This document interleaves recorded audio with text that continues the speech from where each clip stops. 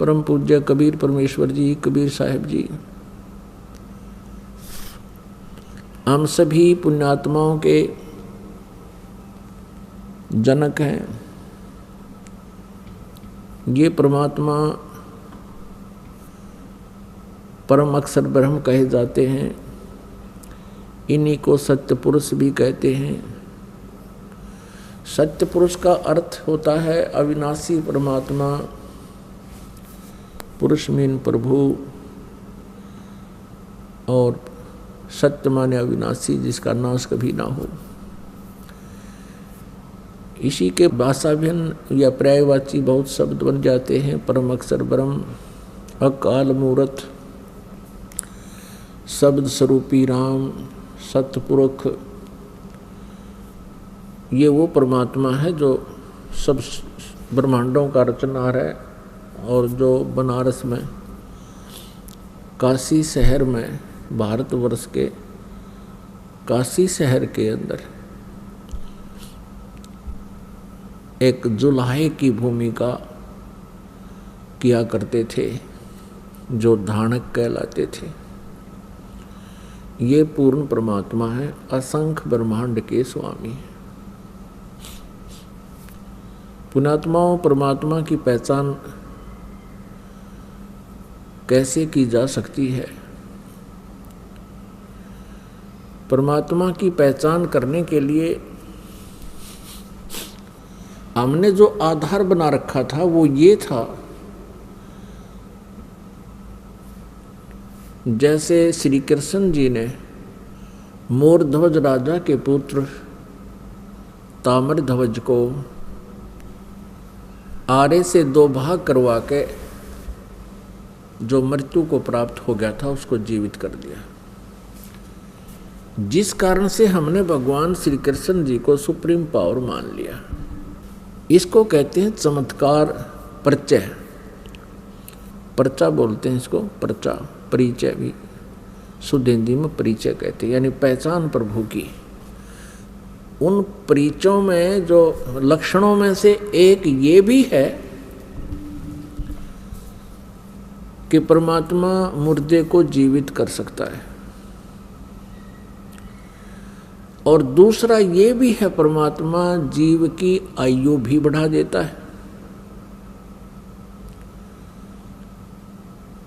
और इसके साथ साथ और भी बहुत से गुण हैं, लक्षण हैं, जिनसे परमात्मा की पहचान की जा सकती है। एक भगवान के गुणों में, लक्षणों में ये भी आता है कि वो निर्धन को धनी बना सकता है, रंक को राजा बना सकता है।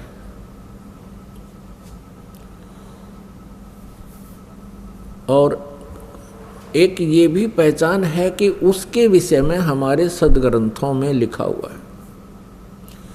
परमात्मा के गुणों की जानकारी हमारे पवित्र सदग्रंथ भी बताते हैं। जिस परमेश्वर के लक्षण, जिस परमेश्वर के सर्वचिन्ह इन सभी बातों पर खरे उतरते हैं, सभी पॉइंटों पर, सभी केंद्रों पर, वो परमात्मा है, वो परमेश्वर है। इसके पहचानने के लिए हमने बहुत सा सहयोग लेना होगा। जैसे हमारे पवित्र सदग्रंथ जो बताते हैं भगवान के गुणों की जानकारी, वो हमारे लिए स्वीकार्य होगी, होनी चाहिए और होगी, क्योंकि भगवान की जानकारी हमें सदग्रंथों से ही प्राप्त हुई है। और हमारे जो पहले वाले गुरुजी थे वो यही कहा करते थे कि शिव पुराण में ऐसा लिखा है, वेदों में ऐसा लिखा है, श्री दुर्गा पुराण में ऐसा लिखा है, श्री विष्णु पुराण में ऐसा लिखा है, और श्री मार्कंडे पुराण में ऐसा लिखा है, श्री ब्रह्मा पुराण में ऐसा लिखा है। और वो साथ में संस्कृत भी बोला करते थे। तो हम ये सोचा करते थे कि इन महापुरुषों ने सदग्रंथों को ठीक से समझा है, क्योंकि ये संस्कृत लैंग्वेज से, संस्कृत भाषा से परिचित है। तो हमें कोई शंका नहीं रही। क्या शंका नहीं रही कि ये झूठ बोल रहे हैं, इसलिए हमने इनके प्रत्येक वाक्य को, प्रत्येक आदेश को शिरोधार्य किया। और जैसा भी इन पूर्व के ऋषि, गुरु, महापुरुषों ने, मंडलेश्वरों ने, आचार्यों ने, महंतों ने हमें जो ज्ञान दिया, हमने उसको स्वीकारा। किस लिए स्वीकारा? कि हमने परमात्मा की खोज है, परमात्मा की चाह है। आत्मा का परम सहारा परमात्मा है, और जो आत्मा को सुख मिलेगा वो परमात्मा से मिलेगा। परमात्मा हमारे प्रारब्ध के कर्मों को भी नाश कर देता है।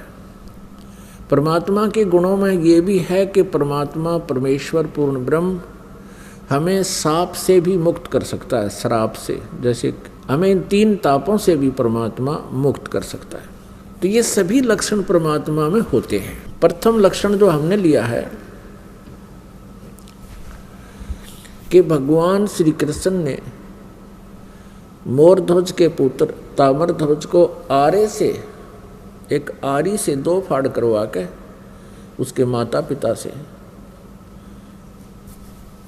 क्योंकि पहले साधु संतों के विचारों, आदेश का बहुत पालन करते थे, श्रद्धालु व्यक्ति होते थे, और वो समझते थे कि ना जाने किस भेष में भगवान ही आ गया हो, इसलिए संत के आज्ञा का वो पालन करते थे। उस समय संत लोग जो है बड़े सिद्धि युक्त होते थे।